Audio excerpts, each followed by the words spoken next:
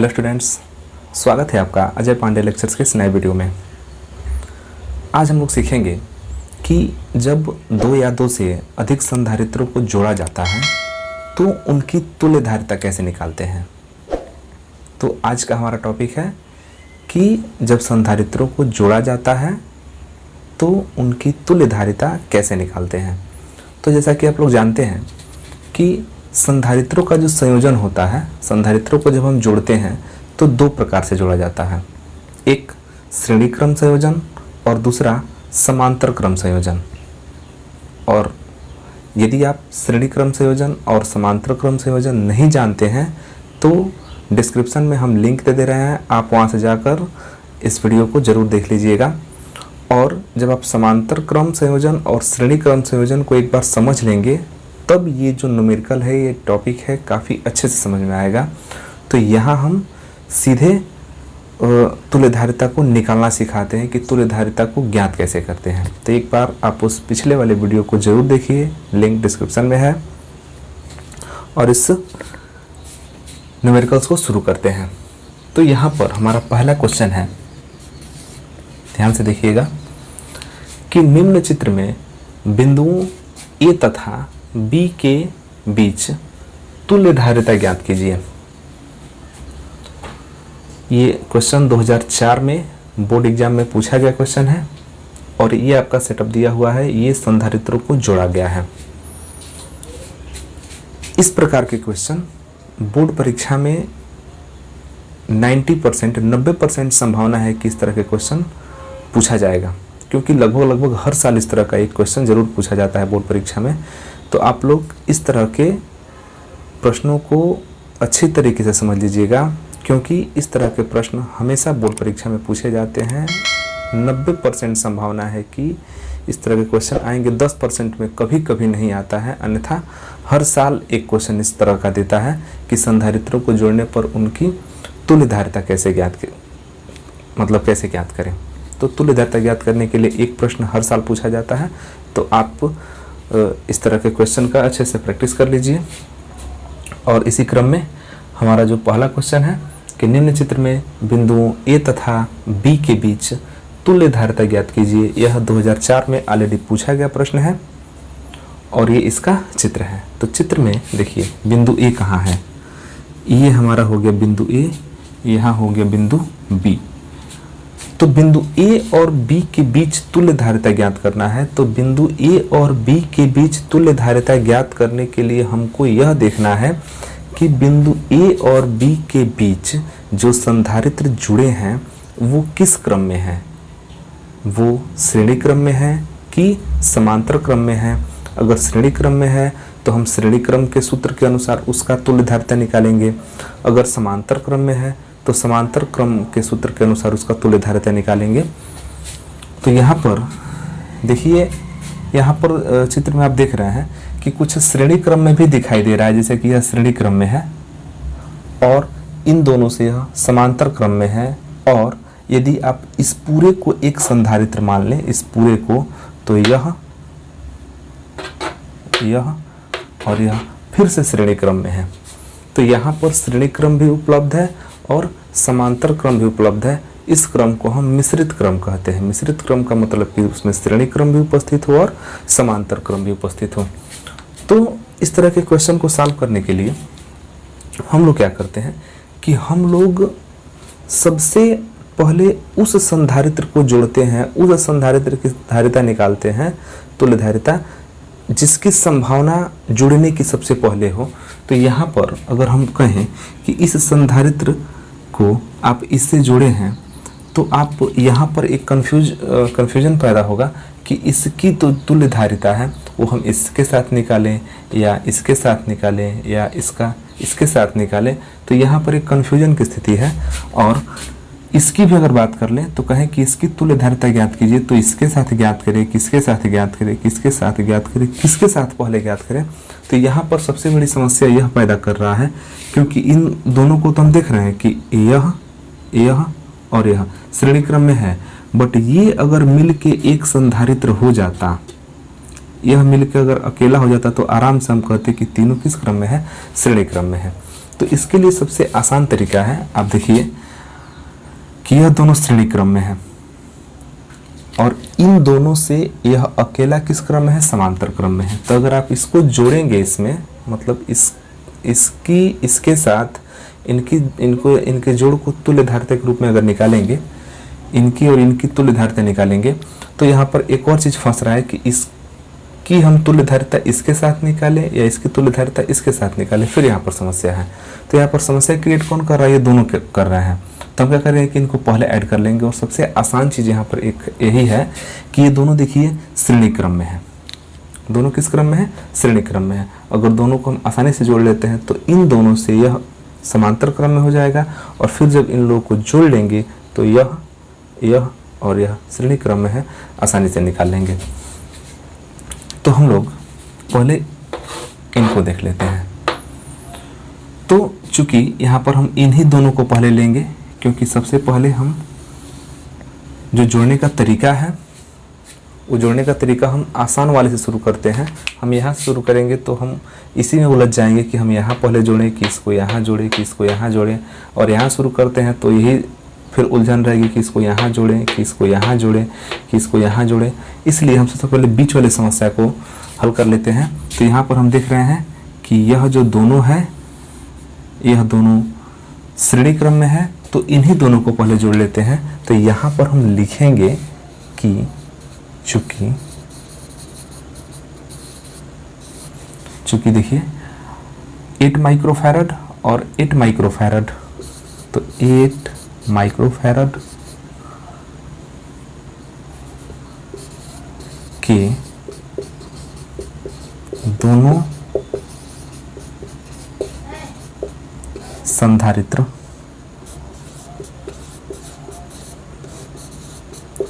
श्रेणी क्रम में है, श्रेणी क्रम में है, ये दोनों श्रेणी क्रम में है यदि इनकी तुल्य धारिता हम क्या मान लेते हैं, C डैश मान लेते हैं, C डैश हो। तो क्योंकि हम फाइनल जो तुल्य धारिता होगा ना उसको C मानेंगे, तो बीच में हम कुछ भी ले सकते हैं, C डैश हम मान ले रहे हैं, केवल इन्हीं दोनों का देखिए मान रहे हैं। तो जब श्रेणी क्रम में, ध्यान दीजिएगा, जब श्रेणी क्रम में संधारित्र जुड़ा होता है तो उसका फार्मूला होता है, वो देखिए जो मेन फार्मूला होता है 1/C equal to 1/C1 plus 1/C2 plus 1/C3। ये किसके लिए है, श्रेणी क्रम के लिए है। लेकिन यहाँ पर फिलहाल 2 ही संधारित्र है, इसलिए हम C2 तक ही चलेंगे। और यहाँ पर ये तुल्य धारिता है, तो तुल्य धारिता हमने कितना माना है, C डैश माना है, तो C डैश हो गया।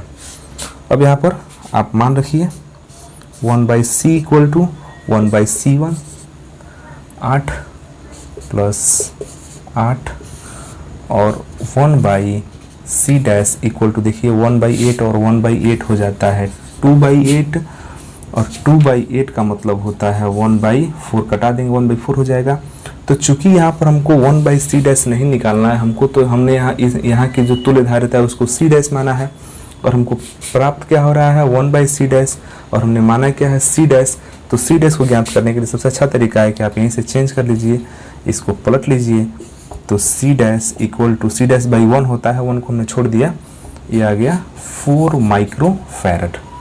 तो अब देखिए इसका इन दोनों के बदले में हम क्या लिख सकते हैं, 4 माइक्रोफैरड लिख सकते हैं, क्योंकि अब इन दोनों की तुल्य धारिता 4 माइक्रोफैरड है। तो हम अब इन दोनों को मिटाकर सीधे सीधे यहाँ पर जो नया संधारित्र प्राप्त हो रहा है वो 4 माइक्रोफैरड का प्राप्त हो रहा है। और अब आप देखिए बड़ी आसानी से अब हम कह सकते हैं कि यह और यह आपस में समांतर क्रम में है, और समांतर क्रम में फिर इसको क्या कर देंगे, सीधे जोड़ देंगे। अब यहाँ पर लिखेंगे कि पुनः C dash equal to 4 microfarad यह वाला, तथा 8 माइक्रोफैरड किस क्रम में है, समांतर क्रम में जुड़े हैं। ध्यान दीजिएगा, समांतर क्रम में जुड़े हैं। तो जब समांतर क्रम में जुड़े हैं तो एक बार और हम यहाँ पर तुल्य धारिता मानेंगे, क्योंकि अब इन दोनों को मिला के हम एक संधारित्र बनाने जा रहे हैं।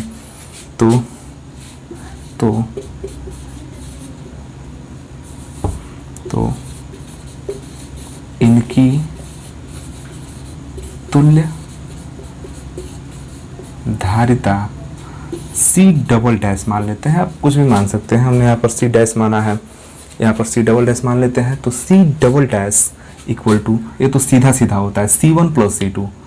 ध्यान दीजिएगा, समांतर क्रम में क्या होता है C1 प्लस C2 और श्रेणी क्रम में होता है 1 by C dash equal to 1 by C1 plus 1 by C2 plus 1 by C3 इस क्रम में होता है। तो यहाँ पर C1 का काम यह करेगा, C2 का काम यह करेगा, और जब इसके पहले यहाँ पर जो दो संधारित्र थे तो एक C1 का काम कर रहा था और एक C2 का काम कर रहा था, तो इसको सीधे सीधे जोड़ देंगे तो हो जाएगा 4 प्लस 8, तो C डैश इक्वल टू हो गया 12 माइक्रोफैरड।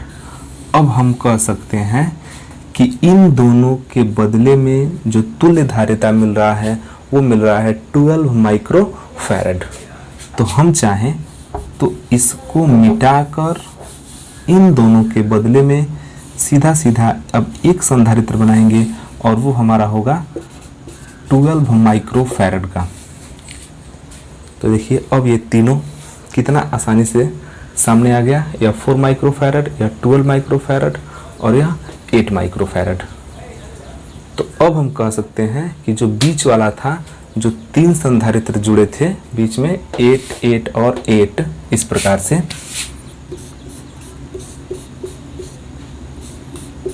ये जो संधारित्र यहाँ पर जुड़ा था, तो हम कह सकते हैं कि 8, 8 और 8 तीनों संधारित्रों की जो तुल्य धारिता है वो आ गया 12 माइक्रोफैरड। और हम कह सकते हैं कि इन तीनों के बदले में एक ही संधारित्र यूज कर सकते हैं 12 माइक्रोफैरड का। और जैसे ही हमने बीच वाले को सॉल्व किया, ये हमारा पूरा सवाल काफ़ी आसान हो गया। अब देखिए 4 माइक्रोफैरड, 12 माइक्रोफैरड और 8 माइक्रोफैरड के जो संधारित्र हैं ये आसानी से श्रेणी क्रम में आ गए। अब इनका हम तुल्य धारिता निकालेंगे तो वो होगा हमारा असली तुल्य धारिता। तो आप एक बार स्क्रीनशॉट लीजिए, क्योंकि इसको हम मिटाएंगे।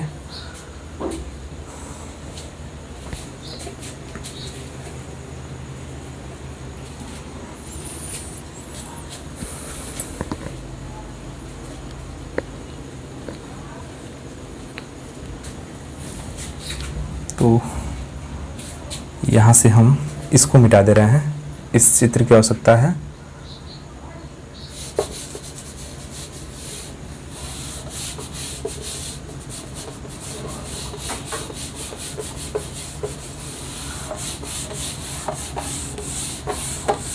चलिए इतना में हमारा हो जाएगा। तो यहाँ पर तुल्य जो धारिता मिला तीन संधारित्रों का वो मिला 12 माइक्रोफैरड। और अब बाकी इन दोनों किनारे वालों से देखें तो किनारे वाले के हिसाब से अब तो ये श्रेणी क्रम में हो गया आसानी से।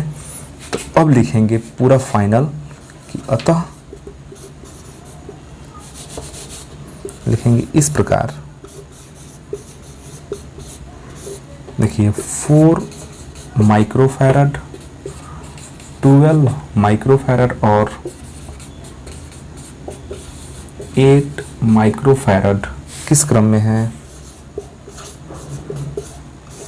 श्रेणी क्रम में जुड़े हैं। यदि तुल्य धारिता, देखिए अब जो हमारा निकल रहा है वो फाइनल तुल्य धारिता निकल रहा है, क्योंकि अब हम इसको जोड़ रहे हैं तो तुल्य धारिता को सीधे C मानेंगे। यदि तुल्य धारिता C हो तो अब सूत्र होता है 1 बाई सी इक्वल टू, श्रेणी क्रम यही होता है 1 by C equal to 1 by C1 plus 1 by C2 plus 1 by C3। हम यहाँ 3 तक इसलिए ले रहे हैं क्योंकि हमारे पास 3 संधारित्र हैं। अब आप इसको ऐड कीजिए तो 1 बाई सी इक्वल टू हो जाएगा 1 by 4 plus 1 by 12 plus 1 by 8। और जब आप इनको जोड़ेंगे तो आपको एलसीएम लेके जोड़ना पड़ेगा। तो बहुत ही आसान, हमने पहले ही बताया है कि जब भी आप न्यूमेरिकल्स बनाएंगे तो आपको दशमलव का जोड़ घटाव गुणा भाग, भिन्नों का जोड़ घटाव गुणा भाग और आधार घातांक से संबंधित सारे बेसिक मैथमेटिक्स आने चाहिए। तो देखिए यहाँ पर फिर से आ गया भिन्नों का जोड़ घटाव, जोड़ आ गया फिर से। तो आप लिखेंगे यहाँ पर 1/c इक्वल टू, आप एलसीएम जब लेंगे तो एलसीएम लेंगे तो 4, 12 और 8 का एलसीएम आ जाता है 24 इसका एलसीएम होगा। और जब यहाँ से आप जोड़ेंगे तो 4 से भाग करेंगे 24 में, तो 4 6 24 होता है। 6 से यहाँ पर ऊपर गुणा करेंगे, 6 कने 6 हो गया, 12 दूना 24, 2 कने 2 हो गया, प्लस 8 3 24 और 3 कने 3 हो गया। और ये हो गया 1/c इक्वल टू 6 2 8, 8 और 3 11/24। अब यहाँ पर एक चीज़ ध्यान देने वाला है कि जो हमारा निकला है वह 1/c निकला है, c नहीं निकला है। और हमारा तुल्यधारिता क्या है, c है। तो c को ज्ञात करने के लिए हम क्या करते हैं, इसको सबसे आसान तरीका, इसको पलट लेते हैं। तो c/1 जब पलटेंगे तो c/1 इक्वल टू ये निकलेगा 24/11 और यहाँ पर सीधे c इक्वल टू हो गया, 1 को तो छोड़ देते हैं, 24/11 माइक्रोफैरड। तो ये हमारा निकला तुल्यधारिता। तो ये काफ़ी इंपॉर्टेंट क्वेश्चन रहा, बोर्ड परीक्षा 2004 में पूछा गया है। आप इसका स्क्रीनशॉट ले लीजिए। अब देखते हैं दूसरे प्रश्न को। तो हमारा दूसरा प्रश्न है कि बिंदु ए तथा बी के बीच तुल्यधारिता ज्ञात कीजिए। जैसा कि हमारा पहला प्रश्न इसी प्रकार से था कि बिंदु ए तथा बी के बीच तुल्यधारिता ज्ञात कीजिए, लेकिन वहाँ पर हमारा जो चित्र था वो थोड़ा सा अलग प्रकार का था और अभी जो चित्र है वो थोड़ा सा अलग प्रकार का है। तो बिंदु ए तथा बी के बीच तुल्यधारिता ज्ञात कीजिए। इस क्वेश्चन को 2012 में बोर्ड एग्जाम में पूछा गया है। 2012 बोर्ड एग्जाम में पूछा गया प्रश्न है, चित्र आपके सामने है कि इस ए और बी के बीच तुल्यधारिता ज्ञात करना है। ये चीज़ आपको समझना है कि यहाँ पर ए और बी के बीच तुल्यधारिता ज्ञात करना है। तो ये हमारा पॉइंट है जहाँ पर हमको तुल्यधारिता ज्ञात करना है। तो इस पॉइंट पर तुल्यधारिता ज्ञात करना है। तो एक हिसाब से देखें तो यह और यह दोनों श्रेणी क्रम में हो गया। इसको हम एक और प्रकार से बना दे रहे हैं, आप समझने का प्रयास कीजिएगा कि यह मान लीजिए कि ए बी है, जैसे है वैसे हमने इसे यहाँ पर बना दिया। ए बी और इसी में देखिए दो संधारित्र इस प्रकार जुड़ रहे हैं।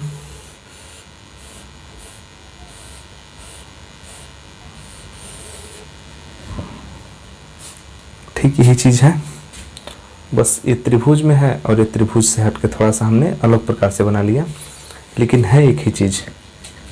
तो इसमें और इसमें बहुत ज़्यादा का अंतर नहीं है। देखिए यह AC आके सीधे इससे जुड़ा है। ये दोनों आपस में देखें तो श्रेणी क्रम में है, जैसे यहाँ पर श्रेणी क्रम में है, और इन दोनों से यह समांतर क्रम में है।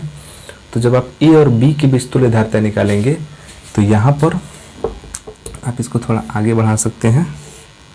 यहाँ पर जब तुल्यधारिता निकालेंगे तो देखिए यह दोनों आपस में श्रेणी क्रम में है और इन दोनों से यह समांतर क्रम में है।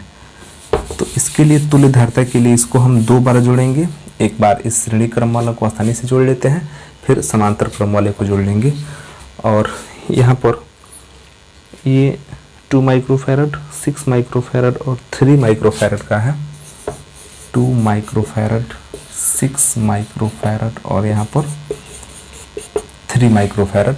तो ये 3 संधारित्र हैं और यहाँ पर A और B के बीच तुल्यधारिता ज्ञात करना है। तो ध्यान दीजिएगा कि A और B के बीच जब तुल्यधारिता ज्ञात करेंगे तो यहाँ पर 6 और 3 का जो संधारित्र है, 6 माइक्रोफैरड और 3 माइक्रोफैरड का, तो ये संधारित्र श्रेणी क्रम में जुड़ा हुआ है और इन दोनों से यह समांतर क्रम में जुड़ा हुआ है, जैसे कि आप समझ रहे हैं। यहाँ पर आप इसको बढ़िया समझिए।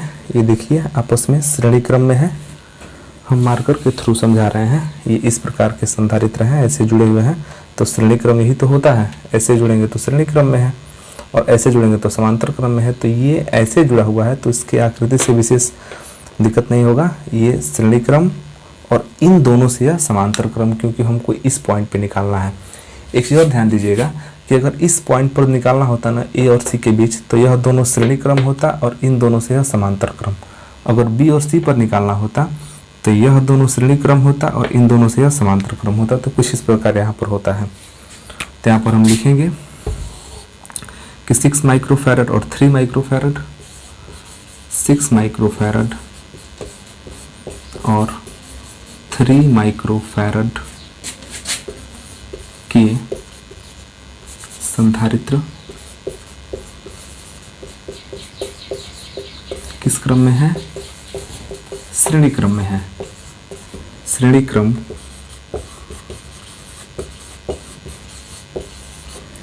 में जुड़े हैं। तो हम यहाँ पर अभी फाइनली तुल्य धारिता नहीं निकाल रहे हैं, अभी हम इन दोनों का निकालेंगे और फिर इन दोनों से इसको ऐड करेंगे तो वो हमारा फाइनली तुल्य धारिता होगा। तो यहाँ पर फिलहाल इन दोनों के लिए हम C डैश तुल्य धारिता मान लेते हैं। तो माना 6 माइक्रोफैरड और 3 माइक्रोफैरड के संधारित्र श्रेणी क्रम में जुड़े हैं यदि इनकी तुल्य धारिता C डैश हो तो 1/C dash equal to 1/C1 plus 1/C2 ये होता है श्रेणी क्रम में संधारित्रों का योगफल का सूत्र। तो चूंकि यहाँ पर दो ही संधारित्र फिलहाल अभी लिए हैं, क्योंकि इन दोनों से यह देखें तो समांतर क्रम हो जाएगा, तो फिलहाल अभी हम श्रेणी क्रम को केवल एडजस्ट कर रहे हैं। तो 1/C डैश इक्वल टू ये तुल्य धारिता है। तो यहाँ पर C1 का काम 6 माइक्रोफैरड करेगा और C2 का काम 3 माइक्रोफैरड करेगा।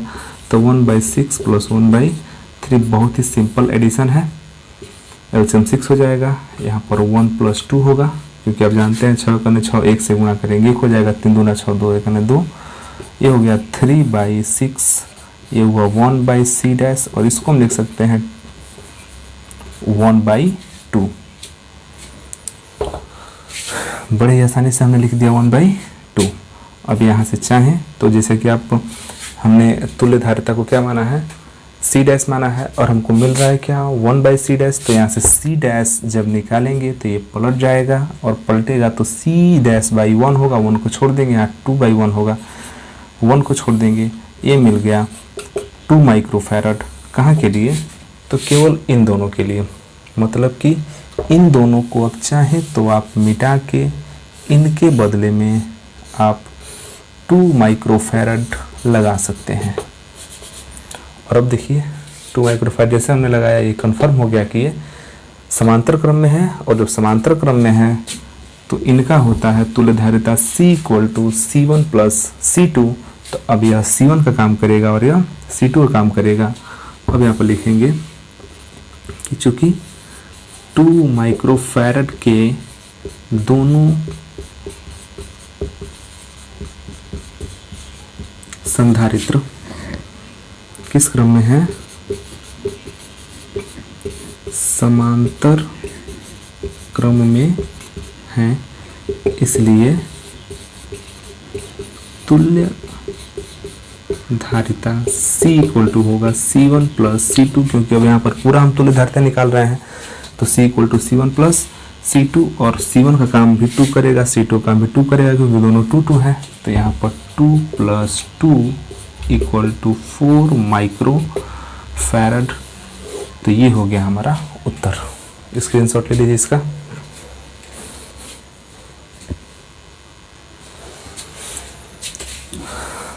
तो ये रहा एक और इम्पोर्टेंट क्वेश्चन जो कि बोर्ड परीक्षा 2012 में पूछा गया है।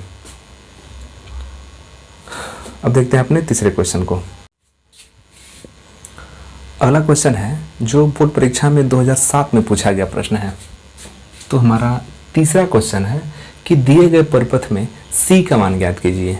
अब तक हम लोगों ने क्या निकाला था? अब तक हम लोगों ने निकाला कि यदि आपको संधारित्र जोड़कर दिया गया है, मतलब कि संधारित्र का कोई परिपथ दिया गया है, तो वहाँ से हमने तुल्य धारिता अब तक हमने निकाला। अब यहाँ पर क्या है कि अभी तुल्य धारिता दे रहा है और किसी एक संधारित्र की धारिता को अज्ञात कर दे रहा है और उस अज्ञात धारिता का मान निकालना है। तो हमारा प्रश्न है कि दिए गए परिपथ में C का मान ज्ञात कीजिए, जबकि बिंदुओं A तथा B के बीच तुल्य धारिता 15 माइक्रोफैरड है। और यह क्वेश्चन 2007 में बोर्ड परीक्षा में पूछा गया है। यहाँ आप चित्र देख सकते हैं कि चित्र में 10 माइक्रोफैरड और 10 माइक्रोफैरड का जो संधारित्र है वह आपस में समांतर क्रम में जुड़ा है और इन दोनों से C जो है श्रेणी क्रम में जुड़ा है। तो यहाँ पर A और B के बीच हमको तुल्य धारिता नहीं, इस C का मान ज्ञात करना है और A और B के बीच तुल्य धारिता 15 माइक्रोफैरड ऑलरेडी दिया हुआ है। तो आइए इसको सॉल्व करते हैं। तो जैसा कि हम लोग जानते हैं कि जब इसको हम जोड़ेंगे, हमको वैसे करना क्या है कि इन सबको जोड़ेंगे सूत्र के अनुसार और जोड़ के उसको हम 15 माइक्रोफैरड के इक्वल कर देंगे और पक्षांतर करके C का मान निकाल लेंगे। तो जोड़ने के लिए अगर हम इसको जोड़ने के क्रम में देखें, अभी आप 15 माइक्रोफैरड को भूल जाइए और सिर्फ चित्र को देखिए। चित्र में यदि आपको तुल्य धारिता निकालना हो तो तुल्य धारिता निकालने के लिए सबसे पहले आप क्या करेंगे कि आप उस चीज़ को जोड़ेंगे जहाँ से जोड़ना सबसे क्या है आसान है। अगर आप C से इन दोनों को जोड़ना चाहेंगे तो एक एक करके ही जोड़ सकते हैं। तो यहाँ पर कन्फ्यूजन यह रहता है कि इसको हम जोड़े तो इससे जोड़ें कि इससे जोड़ें। तो उससे बेहतर क्या होता है कि पहले इन्हीं दोनों को जोड़कर एक संधारित्र के रूप में ले लेते हैं। तो यहाँ पर आसान भी है, देख रहे हैं कि यहाँ पर 10 माइक्रोफैरड और 10 माइक्रोफैरड का जो संधारित्र है यह समांतर क्रम में ऑलरेडी जुड़ा हुआ है और इन दोनों से यह श्रेणी क्रम में जुड़ा हुआ है। तो यहाँ पर सबसे होशियारी वाली बात यही होगी कि सबसे पहले इसको आप जोड़ लीजिए, 10 माइक्रोफैरड और 10 माइक्रोफैरड को जोड़ लीजिए, फिर इन दोनों से उसको श्रेणी क्रम में जोड़ लिया जाएगा। तो यहाँ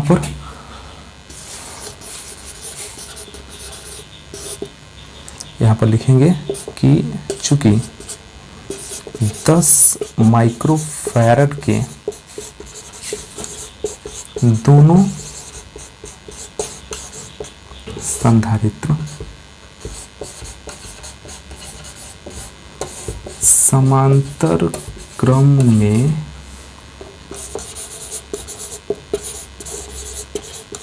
जुड़े हैं,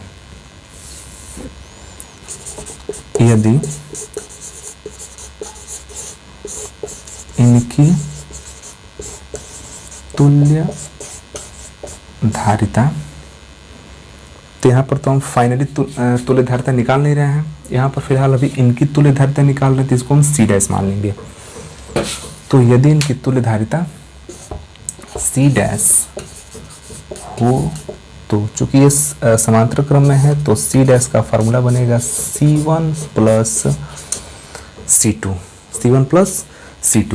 क्योंकि समांतर क्रम संयोजन में जो तुल्य धारिता का सूत्र होता है वो होता है C equal to C1 plus C2। तो यहाँ पर C डैश है, कोई दिक्कत नहीं होगा। C डैश इक्वल टू, देखिए C1 का काम भी 10 माइक्रोफैरड कर रहा है, C2 का काम भी 10 माइक्रोफैरड कर रहा है, तो 10 प्लस 10 इक्वल टू 20 माइक्रोफैरड, ये निकल गया इन दोनों की तुल्य धारिता। और अब इन दोनों को मिलाकर हम चाहे तो एक ही 20 माइक्रोफैरड लगा सकते हैं।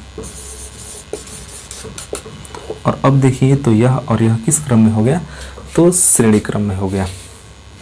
अब लिखेंगे अब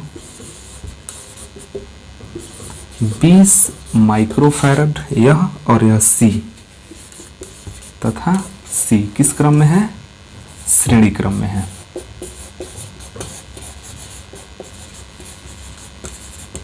श्रेणी क्रम में है, अब श्रेणी क्रम में है और इनकी तुल्य धारिता देखिए कितना दे रहा है, 15 माइक्रोफैरड। तो यदि इनकी तुल्य धारिता C डबल डैश ले लेते हैं हो, तो अब देखिए फार्मूला बनेगा 1/C डबल डैश, क्योंकि श्रेणी क्रम में है तो श्रेणी क्रम में होता है 1/C equal to 1/C1 plus 1/C2 plus 1/C3। तो यहाँ पर C1 C2 से ही काम चलेगा क्योंकि दो ही संधारित्र हैं, तो 1/C1 प्लस 1/C2 यह काम करेगा C1 का, यह काम करेगा C2 का, या इसी को C1 मान लेते हैं, इसको C2 मान लेंगे, उससे कोई दिक्कत नहीं है। और इन दोनों की जो तुल्य धारिता है वो दे दिया है 15 माइक्रोफैरड, तो 1/15 यह हो जाएगा और 1/20 यह, और दूसरा यह हो गया, यह 1/C। इसी को पक्षांतर करेंगे, हल करेंगे और C का मान निकाल लेंगे। तो काफ़ी आसान है, 1/C का मान हमको पहले चाहिए, चूँकि C ही निकालना है, तो इस 1/20 को पक्षांतर करेंगे तो 1/50 माइनस 1/20 इक्वल टू 1/c और 15 और 20 का एलसीएम लेंगे तो एलसीएम हो जाएगा आपका 60। देखिए 15 चौके 60 और 4 एकने 4 हो जाएगा, माइनस 20 3 60, 3 एकने 3 हो गया, ये हो गया 1/c। तो 4 में से 3 गया तो हो गया 1/60 बराबर 1/c और हमको यहाँ पर c का मान निकालना है। तो फिर वही काम, सबसे लास्ट में इसको पलट देंगे तो हो जाएगा c/1 इक्वल टू 60/1, नीचे का 1 छोड़ दिया जाता है तो c इक्वल टू 60 माइक्रोफैरड। ये हो गया आपका उत्तर। तो काफ़ी आसान क्वेश्चन है। संधारित्रों को जोड़ना जो है बहुत ही आसान होता है। आप इसका स्क्रीनशॉट लीजिए पहले। तो ये 2007 में पूछा गया प्रश्न है। तो इस प्रकार संधारित्रों को आप बड़ी आसानी से जोड़ सकते हैं।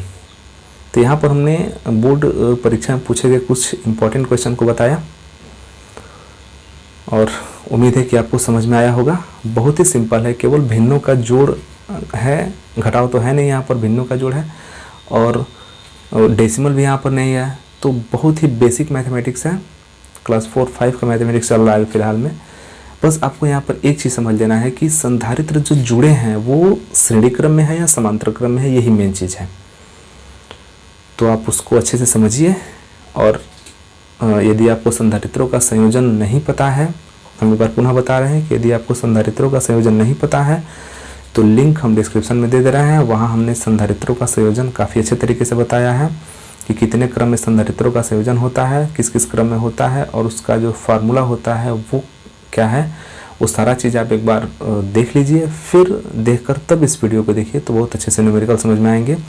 और एक बार और आपको हम याद दिला दें कि ये जो न्यूमेरिकल है, इस तरह का न्यूमेरिकल बोर्ड परीक्षा में हर साल पूछा जाता है। तो बहुत ही इम्पॉर्टेंट है ये न्यूमेरिकल। इस न्यूमेरिकल को आप बनाइए, जो भी आप बुक रख रहे हैं, जो भी आपके पास किताब है उस किताब से न्यूमेरिकल बनाइए। अगर नहीं आता है तो आप बुक का नाम, पेज का नाम और क्वेश्चन नंबर कमेंट बॉक्स में लिख के भेज दीजिए। हमारे पास सारा बुक उपलब्ध है, हम उससे प्रयास करेंगे कि आपको समझा दें। तो ये वीडियो आपको कैसा लगा आप हमें कमेंट बॉक्स में ज़रूर लिखिए।